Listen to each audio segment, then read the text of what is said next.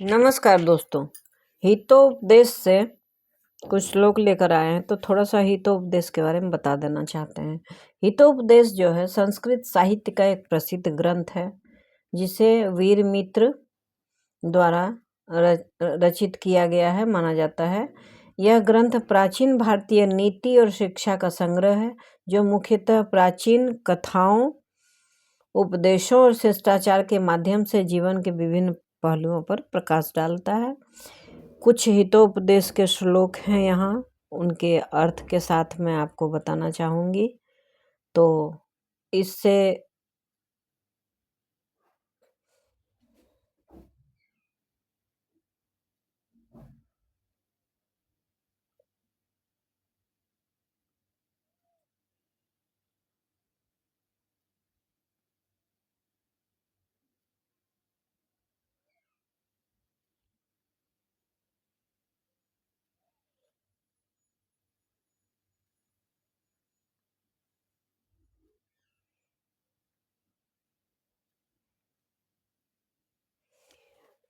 इससे आपको लाभ मिलेगा। मैं निकाल रही हूँ इसको, थोड़ा सा 1 मिनट विलम्ब हुआ, उसके लिए मैं सॉरी करती हूँ। और चलिए श्लोक शुरू करते हैं। अब पहला श्लोक है, लोभस्य लक्षणं प्राहुः सन्निहितं महद् मम। लोभस्य लक्षणं प्राहुः सन्निहितं महद् मम। प्रत्यश्च महो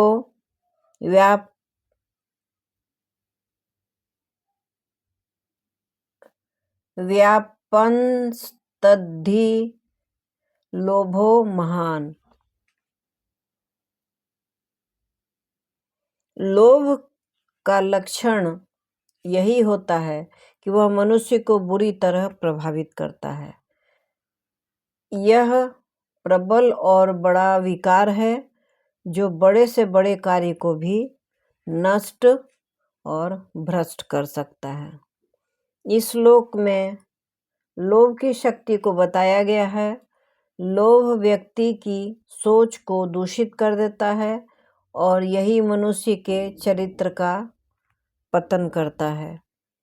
इसके कारण मनुष्य के सारे कार्य खराब हो जाते हैं और वह उसे अपनी बुरी आदतों की ओर खींचता है। लोभ लालच बहुत खराब चीज है। संधि विच्छेद लोभस्य लोभ प्लस अस्य लक्षणम प्राहु लक्षणम प्लस प्राहु। दूसरा श्लोक देखते हैं, शरीर बुद्धि कृपणस्य धनदास्यम वृद्धस्य स्वधर्मेण वृद्धो यथार्थम सिद्धम गुणम धर्मेण। जो वृद्ध व्यक्ति अपने जीवन के उद्देश्य को सही तरीके से समझता है और सही मार्ग पर चलता है, उसे जीवन में सफलता मिलती है। इसके अतिरिक्त वह अपने परिवार और समाज के प्रति भी दायित्वों को निभाता है। मनुष्य का जीवन सिर्फ अपने लिए नहीं बना है। मनुष्य के जीवन में घर, परिवार, सगे संबंधी, हित नाते और समाज, कस्बा, ग्राम, कुल, सबका दायित्व होता है उस पर। सबको वह अच्छी बात बताए, सबको सहयोग करे, सबको सुमार्ग पर ले जाने की कोशिश करे। एक सही धार्मिक और विद्वान पुरुष का ये गुण होना चाहिए। यह श्लोक बताता है कि वृद्ध व्यक्ति को सदैव अपने स्वधर्म का पालन करना चाहिए। धर्म का पालन करते हुए समाज के प्रति अपनी जिम्मेदारी निभाए और इस प्रकार जीवन में सफलता प्राप्त होगी।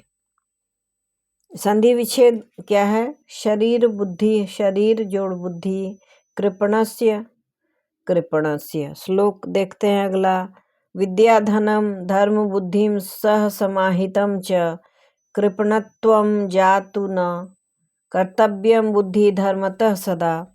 विद्या, धन और बुद्धि में अधिक मूल्यवान धर्म है। एक व्यक्ति को अपने जीवन में धर्म का पालन हमेशा करना चाहिए, क्योंकि धर्म से ही सच्चा सुख और सच्ची शांति मिलती है। व्याख्या: इस श्लोक में चाणक्य ने यह बताया है कि धर्म को सभी अन्य गुणों में श्रेष्ठ माना गया है। धर्म, उसके बाद ज्ञान, उसके बाद धन।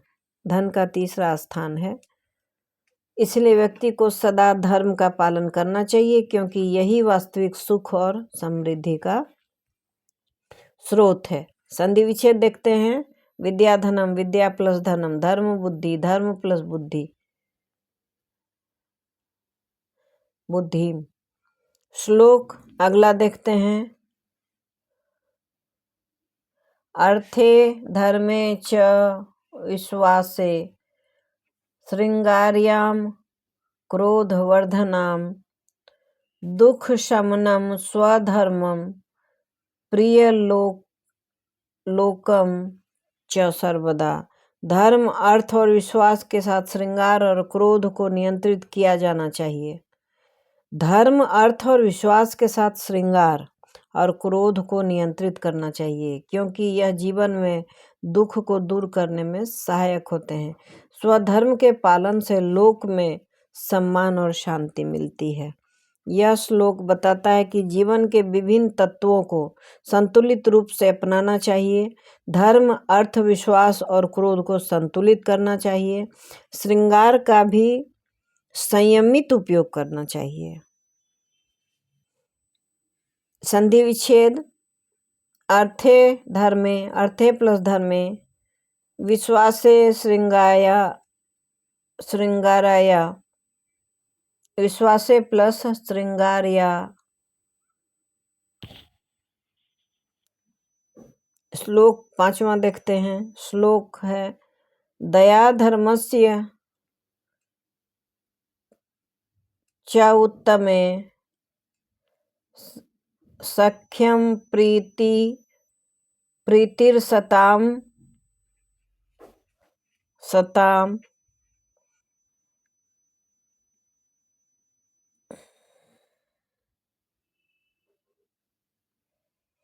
संसारस्य सुताम धर्मम जीवितम श्री सुखम।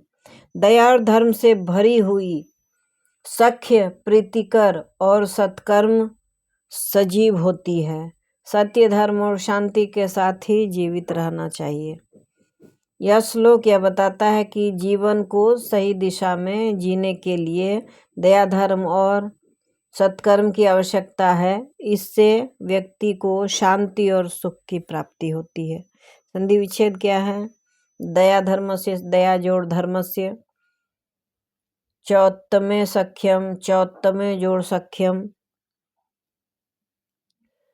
अगला श्लोक देखते हैं। न खल्वि कामम भाग्यम नियच्छति स्वम दोषम संसार रक्षकम धर्मम आर्जवम सुखमादित्वा। मनुष्य का भाग्य उसके कर्मों द्वारा निर्धारित होता है और वह अपने दोषों को छिपाकर धर्म और सुख की प्राप्ति करता है। यह श्लोक यह बताता है कि व्यक्ति का भाग्य उसके द्वारा किए गए कर्मों पर निर्भर करता है। मनुष्य यदि अपने दोषों से बचता है और धर्म के रास्ते पर चलता है तो उसे सुख और शांति की प्राप्ति होती है। न खल्विह, न प्लस खल्विह, कामम भाग्यम, कामम प्लस भाग्यम। अगला श्लोक देखते हैं। स्वधर्मे स्थिता धर्म पत्नी तपस्विनी ज्ञानी न्याया योग यह कर्तव्यम धर्म ध्येय स्वधर्म निष्ठाय। धर्मपत्नी अपने स्वधर्म में स्थिर रहती है और तपस्या, ज्ञान और न्याय का पालन करती है। उसे हमेशा अपने धर्म का पालन करना चाहिए। यह श्लोक बताता है कि धर्मपत्नी को अपने धर्म के प्रति समर्पित रहना चाहिए और सदा न्यायपूर्ण और धार्मिक कार्यों का पालन करना चाहिए। संधि विच्छेद देखते हैं। स्वधर्मे स्थिता, स्वधर्मे प्लस स्थिता, धर्मपत्नी तपस्विनी, धर्मपत्नी प्लस तपस्विनी। येन धर्मः सदा नयते, धर्मो जीवितं प्राप्तं पापं प्रमुक्तं बंधनात्। जो व्यक्ति धर्म के रास्ते पर चलता है वह जीवन में सफलता प्राप्त करता है और पापों से मुक्त होकर बंधन से भी छुटकारा पाता है। व्याख्या क्या है कि व्यक्ति धर्म के अनुसार चलने वाला व्यक्ति जीवन में सफलता और समृद्धि को प्राप्त करता है। उसके जीवन में समृद्धि और सफलता दोनों आती है और बल्कि पापों और बंधनों से मुक्ति भी मिल जाती है। येन धर्म, येन प्लस धर्म, सदा नयते, सदा जोड़ नयते, न ही धर्मेण युक्तम जन्म समर्पयस्त स्वधर्मे, साधु कार्य निरंतरम न कार्यम बुद्धि संग्रह। धर्म के मार्ग पर चलने वाला व्यक्ति का कार्य हमेशा सही और न्यायपूर्ण होता है। वह सदा अपने कार्यों में बुद्धिमत्ता और संतुलन बनाए रखता है। व्याख्या है, यह श्लोक यह बताता है कि धर्म का पालन करने से व्यक्ति का कार्य सदैव न्यायपूर्ण होता है। उसे किसी भी स्थिति में संतुलन बनाए रखना चाहिए। संधि विच्छेद देख लेते हैं। न ही धर्मेण, न ही धर्मेण, न प्लस ही प्लस धर्मेण, युक्तम जन्म, युक्तम प्लस जन्म। अगला श्लोक देखते हैं। धर्मस्य प्रतिष्ठाम लोकस्य संस्थानम तपो योगम, न ही धर्मेण क्रियते यह स्वधर्मे कर्म करने से। धर्म दुनिया की स्थापना का आधार है। यदि व्यक्ति अपने धर्म का पालन नहीं करता तो वह अपने कर्मों से सच्ची शांति और समृद्धि प्राप्त नहीं कर सकता। इस संसार का आधार ही धर्म है। अगर धर्म नहीं करता है तो ना तो व्यक्ति को सुख मिल सकता है, न ही शांति प्राप्त हो सकती है। संधि विच्छेद देखते हैं। धर्मस्य प्रतिष्ठाम, धर्मस्य प्लस प्रतिष्ठाम, लोकस्य संस्थानम, लोकस्य प्लस संस्थानम। आशा है ये श्लोक, उनके अर्थ, उनकी व्याख्या और थोड़े बहुत संधि विच्छेद सुनकर अच्छा लगा होगा। यही तो उपदेश से है। और इनमें से कई श्लोक बच्चों के क्लास में भी किताबों में होते हैं जिन्हें पढ़ना ही पड़ता है।